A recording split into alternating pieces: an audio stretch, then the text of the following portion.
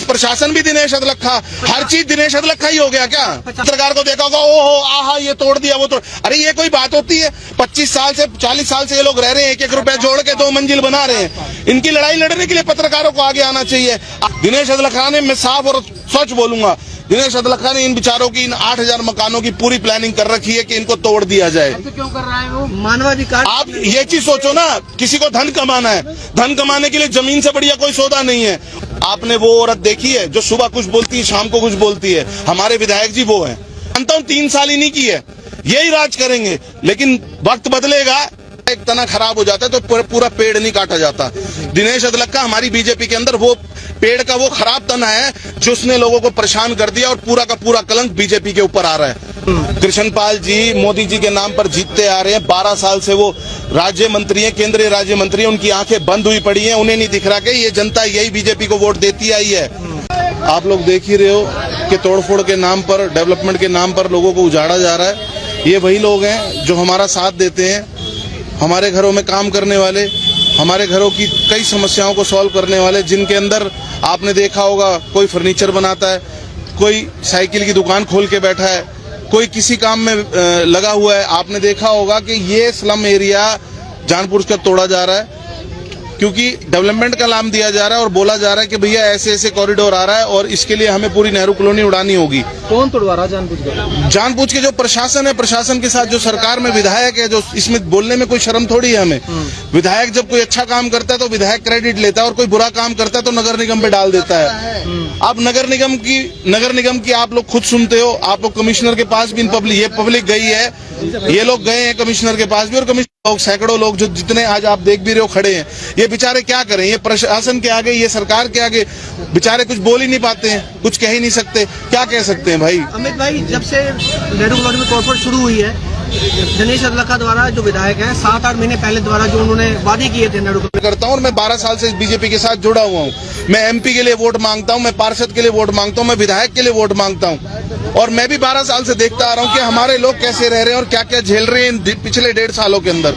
अगर उनके अंदर कोई भी दिल की कोई भावना हो, इन लोगों के प्रति कोई भी प्यार हो, तो इनके लिए कोई हालचाल पूछने आए। चलो घर टूटा, किनारे से इनके घर टूटे, लेकिन इनके लिए पानी की व्यवस्था, बिजली की व्यवस्था सब काट दी गई। खाने की व्यवस्था, कोई कहीं से कुछ ला के दे रहा है इन लोगों के लिए, कोई पानी के टैंकर मंगा के दे रहा है, लेकिन हमारी सरकार में जो विधायक है, जो पार्षद है, उनका दिल नहीं पसीजा। वो इनके लिए, चलो मैं कह रहा हूँ डेवलपमेंट के लिए आपने आगे का इनकी कॉलोनी का टुकड़ा ले लिया, लेकिन इनके साथ रोटी पानी का तो रिश्तेदारी नहीं खत्म होनी चाहिए। ये तो इंसानियत में हम हर चीज करते ही हैं। आपने मंदिरों में, गुरुद्वारों में देखा होगा, इन लोगों के लिए तो हम लोग लंगर लगाते हैं, क्योंकि ये लोग सक्षम नहीं है। इनके 2 वक्त की रोटी का इंतजाम भी अगर किसी लंगर से होता है तो इन बेचारों का गुजारा चलता है। आज तो इनकी पूरे का पूरा घर ही उजाड़ दिया जा रहा है। और सबसे बड़ी बात देखो, मेरे को जो चीज समझ आई है, डेवलपमेंट के नाम पर अगर आप मेट्रो स्टेशन भी ला रहे हो, मेट्रो भी ला रहे हो, और कोई कॉरिडोर भी ला रहे हो, तो इनका कॉर्नर में जो 20-30 फुट का जो इनके घर चाहिए वो लो, उसके लिए मना थोड़ी कर रहे हैं। ये थोड़ी की पूरी कॉलोनी तोड़ दी जाएगी। क्या लग रहा है, पूरी कॉलोनी तोड़ी जाएगी क्या? देखिए जो है ये हालात हैं, जिस हिसाब से प्रशासन हरकत कर रहा है, जिस हिसाब से पुलिस खड़ी हो रही है, उससे तो यही लगता है भाई धीरे धीरे इस कॉलोनी को तोड़ दिया जाएगा। बिल्कुल। और सबसे बड़ी बात यह है ना भाई, देख डेवलपमेंट के लिए, किसी काम के लिए कोई जगह चाहिए, वो सरकार ले सकती है, लेकिन मैं कहता हूं अगर ये कहते हैं सुप्रीम कोर्ट का ऑर्डर है तो पब्लिकली दिखाए, उसे फेसबुक पे दिखाए कि भैया ये सुप्रीम कोर्ट का ऑर्डर है और सुप्रीम कोर्ट ने ऑर्डर किया कि पूरी नेहरू कॉलोनी को 0 कर दो। ये भी दिखाया जाए ना पब्लिक को कि हर जगह बोला तो जा रहा है सुप्रीम कोर्ट का ऑर्डर है, दिखाओ पब्लिकली, उसको दिखाओ ना फेसबुक पे, मीडिया पे दिखाओ कि ये ऑर्डर है सुप्रीम कोर्ट का, और सुप्रीम कोर्ट ने बोला इन 8000 घरों को बिल्कुल ध्वस्त करके 0 कर दो। तो सरासर झूठ है। आपने देखा होगा इन 1.5 सालों के अंदर इस विधायक ने 100 झूठ बोले हैं, और इस विधायक ने अपने कार्यों को पूरा करने के लिए गरीब लोगों को हमेशा परेशान ही किया है। चाहे वह डेवलपमेंट के नाम पे रेडियां तोड़ना हो, चाहे वह डेवलपमेंट के नाम पे पार्कों का विकास हो, ये सब आप लोगों ने देखा होगा। और कोई बंदा इनके खिलाफ आवाज उठाने की कोशिश करता है तो पुलिस के दबाव में, प्रशासन के दबाव में उस पर उल्टे केस लगवाना। आपने देखा होगा पीछे ही कुछ महीने पहले मनीष जी सिंह ने गुड़िया की आवाज उठाई थी तो उसके साथ क्या हाल हुआ था। तो प्रशासन भी इनका, शासन भी इनका, लेकिन इंसानियत के नाते मैं तो यही बात कहूंगा, मैं भी एक बीजेपी का कार्यकर्ता हूं, मैं लोगों की तरह मुख धो के चुप होकर नहीं देख सकता। मैं 2 दिन यहां नहीं था, मैंने इनकी समस्याएं फेसबुक पे देखी और फेसबुक पे लड़ाई भी लगी, कमेंट्स भी डाले, अपने सोशल मीडिया प्लेटफॉर्म से मैंने इनके पक्ष में बहुत सारी बातें भी लिखी और आज तक मेरी बहस हो भी रही है। तो मैं तो एक ही बात कहूंगा कि भाई एक डेवलपमेंट के नाम पे पूरी कॉलोनी को उजाड़ा ना जाए, वो बेहतर रहेगा। जी, अभी आपने कहा कि आप भाजपा के कार्यकर्ता हैं, सरकार आप ही की है, क्या आप मुख्यमंत्री से इनकी बात रखेंगे? मैं मुख्यमंत्री से डायरेक्ट टच कहां से रखूंगा भाई? मैं भी कार्यकर्ता है। कार्यकर्ता है, कोई एक कार्यकर्ता है एकदम मुख्यमंत्री से जाके थोड़ी मिल लेगा। मुख्यमंत्री को खुद सोचना चाहिए कि आप जब कार्यकर्ताओं के प्रोग्राम होते हैं उनमें आप चीफ गेस्ट बन के आते हो, तो क्या मीडिया के अंदर ये नहीं दिख रहा कि इनके साथ गलत हो रहा है? क्या सुप्रीम कोर्ट का कहीं ये ऑर्डर है कि पूरी नेहरू कॉलोनी को उजाड़ दिया जाए? आप ये बताओ ना, सुप्रीम कोर्ट का कोई ऑर्डर अगर ऐसा है, कोई सार्वजनिक करे, कोई कमिश्नर आके बोले, भाई एक मिनट भाई, कमिश्नर आके बोले, कमिश्नर अपनी स्टेटमेंट में बोले कि हाँ भाई सुप्रीम कोर्ट का ऑर्डर है, नेहरू कॉलोनी को पूरा उड़ाना है, तब तो चलो ये लोग कहते हैं कि कुछ सच्चाई है। यार एक सुप्रीम कोर्ट भी दिनेश अदलखा, ठीक है जी, पुलिस प्रशासन भी दिनेश अदलखा, हर चीज दिनेश अदलखा ही हो गया क्या? भाई देखो पत्रकारिता आप लोगों को पता है देश का चौथा स्तंभ है। अगर पत्रकार ही 3-4 उनके फेवर के हो जाएंगे तो इस जनता की लड़ाई कौन लड़ेगा? सबसे बड़ी बात, अगर पत्रकार उन्हीं को गुणगान करने शुरू कर देंगे, वो बुरा करें, वो कुछ भी करें, वो महान दिखाए जाएंगे, डेवलपमेंट के नाम पे लोगों को उजाड़ दिया जाएगा, तो भैया वो पत्रकार चौथा स्तंभ मत मानो। जो साफ और स्वच्छ पत्रकारिता कर सकता है वो इन लोगों के लिए खड़ा हो, ये नहीं कि चमचागिरी। आपने एक पत्रकार को देखा होगा, ओहो आहा ये तोड़ दिया वो तोड़, अरे ये कोई बात होती है? 25 साल से 40 साल से ये लोग रह रहे हैं, 1-1 रुपया जोड़ के 2 मंजिल बना रहे हैं। इनकी लड़ाई लड़ने के लिए पत्रकारों को आगे आना चाहिए। आई लड़ते थे, लेकिन आजकल के नेताओं ने अपने आप को मुक्त करके, पार्षद आपने देखा होगा घर बैठे हैं। आज 3 दिन हो गए इन बेचारों के पास पानी नहीं है, रोटी नहीं है, कोई खड़ा हुआ आके? अब ये कहते हैं 3 महीने बाद, 3 साल बाद हम तो राम जी के नाम पे वोट लेके जीत जाएंगे, हम तो मोदी के नाम पे वोट जीत जाएंगे। मैं तो यही बोलता हूं, अगर तुम्हारी बात ऊपर तक पहुंचती है तो मोदी जी भी आंखें खोल के देखे किनको परेशान किया जा रहा है। जिनके लिए नारा दिया जाता है सबका साथ सबका विकास, जहां झुग्गी वहां मकान, लेकिन यहाँ पर दिनेश अदलखा ने, मैं साफ और सच बोलूंगा, दिनेश अदलखा ने इन बिचारों की, इन 8000 मकानों की पूरी प्लानिंग कर रखी है कि इनको तोड़ दिया जाए। ऐसे क्यों कर रहा है वो? मानवाधिकार। आप ये चीज सोचो ना, किसी को धन कमाना है, धन कमाने के लिए जमीन से बढ़िया कोई सौदा नहीं है। सारे गरीब, इनको अपना डर सता रहा है कि हमारा मकान बच जाए, इसका टूट गया उसका बच जाए, ये बेचारे काम आना। आज तक नेता जो ये नेताओं को वोट डालते हैं, अगर ये गरीब ही अपनी लड़ाई लड़ेंगे तो नेताओं को वोट देना किस लिए है? अमित जी, आपका कहना है कि जितनी इनको जमीन चाहिए उतनी लेना चाहिए। बिल्कुल, डेवलपमेंट के लिए जो जमीन चाहिए मना नहीं कर रहे। अगर ये लोग उस डेवलपमेंट के नाम पे पूरी कॉलोनी को उजाड़ने का सोच रहे हैं तो ये सरासर गलत कर रहे हैं। अंत तो रावण का भी हुआ था, और इन विधायक का भी अंत होगा, इन पार्षदों का भी अंत होगा, लेकिन समय हर चीज में लगता है, ये ध्यान रखना इस बात के लिए। एज ए बीजेपी नेता आपका अगला कदम क्या होगा? मेरे को बीजेपी का नेता मत बोलो, मैं एक बीजेपी का कार्यकर्ता हूँ। नेता तो ये लोग हैं जो एसी में बैठते हैं। आपने देखा होगा 3 दिन से कोई नेता आया क्या यहाँ पे? बीजेपी का कोई नेता आया खड़ा हुआ? अरे प्रशासन कार्रवाई कर रहा है ना, सरकार थोड़ी कर रही है। सरकार तो हमेशा से प्रशासन से लड़ती आई है, क्योंकि प्रशासन ने, आपने देखा होगा पिछले कितने, इस 1.5 सालों के अंदर कभी दुकानदारों को परेशान करने गए हैं, कभी दुकानदारों का सामान उठा लिया, कभी आगे के शेड बड़े हुए हैं उनके छज्जों को तोड़ा जाता है, कभी कचौड़ी की रेडी तोड़ी जाती है। ये डेवलपमेंट थोड़ी होता है भाई। डेवलपमेंट तो वो होता है कि लोगों को विकास भी दो, काम भी दो, तो वो डेवलपमेंट माना जाता है। रानी जी, एक वीडियो भी वायरल हो रही है अदलखा जी की, यहीं पर ही खड़े होके कहे कॉलोनी। भाई साहब मेरी बात सुनो, आपने वो औरत देखी है जो सुबह कुछ बोलती है शाम को कुछ बोलती है? हमारे विधायक जी वो हैं, एक ईंट भी नहीं हिलेगी, सिर्फ नशा तस्करों को तोड़ेंगे हम। आपने देखा होगा इन 1.5 सालों के अंदर नशा तस्कर नहीं टूटे थे, ये मस्जिद की आड़ में उनको भी तोड़ दिया गया। मस्जिद टूटी, चलो रोड पे आ रही है, मंदिर टूटा रोड पे आ रहा है, बिल्कुल अच्छा है। मकान आ रहे हैं रोड के ऊपर, जितना तुम्हें 20 फुट 30 फुट चाहिए लोग देने को राजी हैं। ये थोड़ी इसकी पूरी सजा आप लाखों लोगों को दोगे। 8000 मकान का मतलब है एक मकान के अंदर 5 बंदे लगा लो, 8000 इंटू 5, 40 से 50,000 लोग तो हमें उंगलियों पे ही दिख रहे हैं, और 5 तो नॉर्मल होता है इंसान के घर के अंदर। लेकिन अगर ये सरकार ही नहीं सुनेगी, मानता हूं 3 साल ही नहीं की है, यही राज करेंगे, लेकिन वक्त बदलेगा। आया हूं और मैं तो इनको एक ही बात बोलूंगा, कल का दिन छोड़ के परसों मेरे साथ जो भी अपना घर बचाने की कोशिश करना चाहता है, मैं भी पानी छोड़ूंगा, मैं भी रोटी छोड़ूंगा। मेरे साथ मुझे 50 से 60 या 70 लोग चाहिए जो पानी और अन्न ग्रहण ना करें। मैं अनशन करने को तैयार हूं। क्या कर सकते हैं भाई? परसों का टाइम रखेंगे, कोई मुझे काम भी तो हो सकता है ना निजी। अमित जी, आपका अगला कदम क्या होगा? मेरा तो अगला कदम यही है, मैं लोगों से यही प्रार्थना करता हूं, लोगों से गुजारिश करता हूं, माँ बहनें निकले, औरतें निकले, मेरे साथ अनशन करें। मैं पहले 3 अनशन कर चुका हूं, सबको पता है।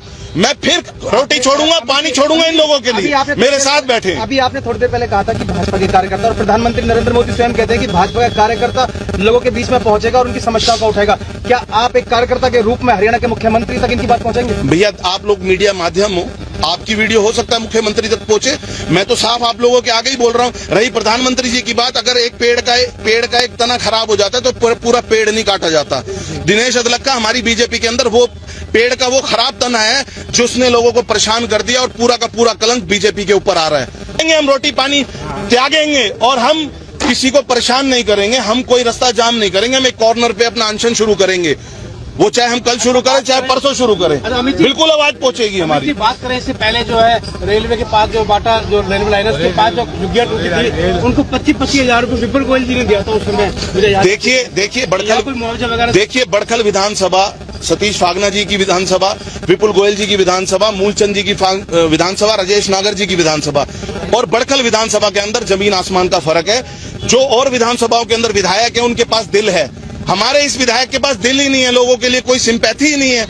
अगला आपने देखा होगा जागरणों के अंदर नाच रहा है, लोगों के घर टूट रहे हैं, अगला पार्टीज के अंदर नाच रहा होता है। आप इसको देखो ना, हमने जिस इंसान को चुना, हमने बीजेपी को वोट डाला, हमने राम के नाम पर वोट डाला, लेकिन हमें आज हमारे लोगों को आज स्लम को भुगतना बहुत कुछ पड़ रहा है। अच्छा, मैं देख रहा हूँ यहाँ पे ना हिंदू और मुस्लिम दोनों लोग नाराज हैं। हिंदू और मुस्लिम दोनों काफी 10,000 के लोग लगभग रहते हैं, तो हम लोग उनसे नाराज हैं। भाई एक बात का जवाब सुनो आप। हिंदू मुस्लिम लड़ाई चलती आ रही है, मस्जिद टूटेगी, मंदिर टूटेंगे, ये धर्मों की लड़ाई है, ये चलती आएगी। उसमें इन गरीबों का क्या कसूर है? उनमें इस गरीबों को धर्म में क्यों घुसा रहे हो? ये सुबह जाते हैं 500 दिहाड़ी कमाते हैं, अपना घर चलाते हैं। एक सवाल बड़ा, बेटी पढ़ाओ बेटी बचाओ की बात की जाती है, आज यहाँ पर हजारों बेटियां हैं जो स्कूलों में जाती हैं, अब पढ़ाई का क्या? भाई देखो, जिसका घर ही नहीं रहेगा वो बेचारे क्या पढ़ाई करेंगे? ये तो सबको देखना चाहिए। आज भविष्य के लिए IIT खोल रहे हो, IMT खोल रहे हो, दुनिया भर के आप कहते हो हमारी बीजेपी सरकार। आज मुझे खुद भी दुख होता है और शर्म आती है। हमारी खुद सरकार कहती है बेटियों को बचाओ, आज किसी को महिला को सांसद बनाया जाता है, किसी को विधायक। आज आपने बंगाल में देखा होगा, बर्तन धोने वाली को आपने कैबिनेट मिनिस्टर बना दिया बंगाल के अंदर। तो ये बेचारे इनकी बच्चियां नहीं है, ये पढ़ेंगी तो ही तो कैबिनेट मिनिस्टर बन पाएंगी। और पढ़ाई का कोई भी साधन घर ही छीन लिया तो ये कैसे पढ़ाई करेंगे? कैसे? सवाल बड़ा, ना तो लाइट है ना घर है। यही तो बात मैं भी कह रहा हूँ भाई, मैं भी तो बोल रहा हूँ, पीने का पानी, लाइट, घर, सब कुछ तो छीन लिया गया। अब ये घर बनाएंगे कि पढ़ाई करेंगे? अमित जी, बात करें अगर कांग्रेस पार्टी जो पहले सरकार रही पूर्व में, अगर वो इनको यहीं पर जो है इनको जो पास करके इनको मालिकाना हक दिया तो ये नौबत नहीं आती ना। देखिए भाई, डेवलपमेंट हर सरकार करती है, कांग्रेस करती है, तो भी स्टेशन पे सारी रोड चौड़ी की गई थी, उनकी दुकानें तोड़ी गई थी, घर तोड़े गए थे। डेवलपमेंट के लिए एक जायज जगह जो होती है, सीमित जगह होती है, उसको लेना चाहिए। ये नहीं कि पूरी की पूरी कॉलोनी उड़ा दो। अरे क्या मेट्रो स्टेशन इनकी कॉलोनी के ऊपर से गुजर रही है? सैनिक कॉलोनी का रास्ता है, यहाँ से मेट्रो के पिलर जाने हैं। जो भी इनका प्लान है, चलो मेट्रो स्टेशन बनता है, ये जगह कम है क्या मेट्रो स्टेशन के लिए? आपने कहीं देखा है नहर पार भी अगर मेट्रो स्टेशन बनाया जाता है, कोई एलिवेटेड पुल भी बनाया जाता है, कॉर्नर लिए जाते हैं कि कॉर्नर को थोड़ा चौड़ा कर दो, इसको बना दो। ये थोड़ी किसी कॉलोनी को पूरे बिल्कुल बैठूंगा परसों। आप लोग अमित जी के साथ हैं? आप लोग भी बैठेंगे? कब से रह रहे हैं आप लोग यहाँ पे? हम तो भाई 50 साल से रह रहे हैं, हमारे बाप दादा सब रह चुके हैं, जीवन निकल गया लोगों का यहाँ रहते रहते। हमारे भी बच्चे सब ही हैं, मेरे 15,000 रुपए। लेकिन मैं एक ही बात कहता हूँ, चाहे कांग्रेस हो चाहे बीजेपी हो, इन गरीबों के साथ खड़ा रहना चाहिए। जिसकी सरकार है उसको भी और जिसकी सरकार नहीं है उसको भी। आज हमारी बीजेपी की सरकार है, लेकिन आपने देखा होगा पार्षद जब वोट मांगने आते थे इनके यहाँ झोलियां फैला के कि बीजेपी को वोट दो, दौड़ लगाते थे नेता, लगाते थे ना। आज कोई पार्षद इनके दुख के साथ खड़ा है, चलो इनके घर टूटे, पानी ले दो, इनको खाना ला दो, इनको इनकी कहीं कुछ हेल्प कर दो, तो अगले कहीं भी कि कोई बीजेपी का हमारा पार्षद आया है। ये तो आप खुद देख रहे हो, बेशर्मी की हद है। लोगों के घर भी छीन रहे हो, लोगों को बेघर भी कर रहे हो, पड़ रही है, पानी भी काट रहे हो, लाइट भी काट रहे हो, ये अच्छा नहीं है। तो पूर्व में जो सरकार है, अभी आगे की कार्रवाई है, सरकारों के साथ में अनशन पर कहाँ बैठेंगे अमित जी? मैंने आपको बोला, पूर्व में भी सरकारों ने काम किए, डेवलपमेंट किया, स्टेशन की रोड पूरी चौड़ी की गई, दुकानें भी तोड़ी, घर भी तोड़े, लेकिन डेवलपमेंट के लिए ये सीधा रूल है, सरकार को जब जगह चाहिए वो लेंगे, लेकिन सीमित जगह, ये नहीं पूरी कॉलोनी को उड़ा दिया जाए। अमित मिगलानी अनशन पर कहाँ बैठेंगे? बिल्कुल कहीं भी एक सुटेबल जगह देखेंगे जहाँ पर जनता को भी परेशानी ना हो, आने जाने वालों को भी परेशानी ना हो। एक अपना टेंट लगा के हम किसी भी किनारे में पीसफुल अपना अनशन करेंगे, ना पानी ना रोटी। हम बिल्कुल इनके साथ खड़ा हूँ। परसों सुबह कितने बजे आप अनशन पर बैठे? भाई परसों भी हो सकता है, कल भी हो सकता है, कल या परसों कभी भी मैं बैठ सकता हूँ। आप और लोग जो मेरे साथ जो माताएं बहनें कोई भाई मेरे साथ बैठना चाहता होगा, तो बिल्कुल बैठेंगे, नहीं तो मैं अकेला बैठूंगा। आप लोग साथ हैं मित्र लगाने के? संघर्ष समितियां भैया संघर्ष समिति का किया था, ठीक है जी, लेकिन हमारे तो कोई सुन ही नहीं रहा। जैसे भाई ने बोला कि ये बीजेपी कार्यकर्ता, मैं खुद बीजेपी का कार्यकर्ता। सबसे बड़ी बात एक है कि बीजेपी के दिनेश अदलखा से ऊपर कोई भी नहीं है इस एरिया के अंदर। कृष्णपाल जी मोदी जी के नाम पर जीतते आ रहे हैं, 12 साल से वो राज्य मंत्री हैं, केंद्रीय राज्य मंत्री हैं, उनकी आंखें बंद हुई पड़ी हैं, उन्हें नहीं दिख रहा कि ये जनता यही बीजेपी को वोट देती आई है। कसूर मर रहे हैं और नारा देते हैं कि भैया 100 कसूरवार बच जाएं, लेकिन एक जो बेचारा बेकसूर है उसे सजा नहीं मिलनी चाहिए। उनके तो बेकसूरों के घर तबाह कर दिए। और जिनके घर टूट जाएंगे क्या करें, कहाँ जाएंगे? ये लड़का देखिए, ये सरकार को व्यवस्था करनी चाहिए, ये प्रशासन को व्यवस्था करनी चाहिए ना। आप और मैं, आप पत्रकारिता कर रहे हो, मैं इनकी आवाज उठा रहा हूँ। अगर हम इतने सक्षम होते, हमारे पास भी इन नेताओं की तरह हजार करोड़ रुपया होता, तो शायद हम भी कुछ कर चुके होते इन लोगों के लिए। ये साफ और स्पष्ट बात है। जिनकी इंसानियत मर चुकी है ना, उसको भगवान ही सजा दे सकता है। आपने देखा होगा ढोल नगाड़ों के साथ नाच डांस हो रहा है, इन बेचारों के साथ ना पानी की व्यवस्था की जा रही, ना खाने की व्यवस्था। तो मेरा तो भैया तय है, मेरे को जो लोग मानते हैं, जो लोग जानते हैं, मेरा अनशन नहीं टल सकता। मैं भूखा प्यासा बैठूंगा, मैं मरूं, मैं जीऊं, उसके बाद मेरा जो मेरे साथ होगा उसका जिम्मेवार दिनेश अदलखा होगा। अगर वो इन लोगों को डेवलपमेंट के नाम पे कोई राहत नहीं दे सकता, तो मेरी मौत का कारण दिनेश अदलखा होगा। खतरा है किसी से? मेरे को किसी से खतरा नहीं अभी है। आप कह रहे हैं मेरे को मेरी जो मैं बात कह रहा हूँ कि मैं अगर अनशन करता हूँ, मेरे अंदर भी 100 बीमारियां हैं, मेरे अंदर भी शुगर की और कोलेस्ट्रॉल वगैरह की बीमारी है, और मैं अगर इन लोगों के लिए बैठूंगा और मुझे कुछ होता होगा, तो ये विधायक ही जिम्मेवार है। एक बीजेपी का कट्टर कार्यकर्ता ये बात बोल रहा है। आप लोगों ने मेरी फेसबुक देखी होगी, मैं हमेशा बीजेपी की लड़ाई लड़ता हूं और हमेशा मैं इन लोगों की लड़ाई लड़ता हूं, चाहे वो मेरी गांधी कॉलोनी हो, चाहे वो मेरी कल्याणपुरी हो, चाहे मेरी नेहरू कॉलोनी हो, चाहे आदर्श कॉलोनी हो, चाहे एसी नगर हो, चाहे कोई सा भी हो। मैं इन स्लम की लड़ाई लड़ता हूं, क्योंकि इन 1.5 सालों के अंदर स्लम के अंदर कोई काम इस दिनेश अदलखा द्वारा नहीं हुआ। और आज तो उसने हद कर दी। 2 दिन से देख रहे हैं लोग, बच्चा रो रहा है, रोने दो, माता रो रही है, रोने दो, ये बेचारे मजदूर रो रहे हैं, रोने दो। ना पानी की व्यवस्था, ना खाने की व्यवस्था। भाई ये तो कोई काम राक्षस ही कर सकता है, कोई इंसान नहीं कर सकता। अरे भाई ये इंसान नहीं कर सकता, राक्षस ही। और सबसे बड़ी बात, सीएम साहब कहते हैं कि भैया हम लोगों के साथ हैं, हम गरीबों के साथ हैं, हम किसी को उजाड़ते नहीं, हम उन्हें बनाते हैं। तो क्या सीएम साहब को भी नहीं दिख रहा कि लोकल विधायक बड़खल का दिनेश अदलखा क्या कर रहा है इन बेचारों के साथ?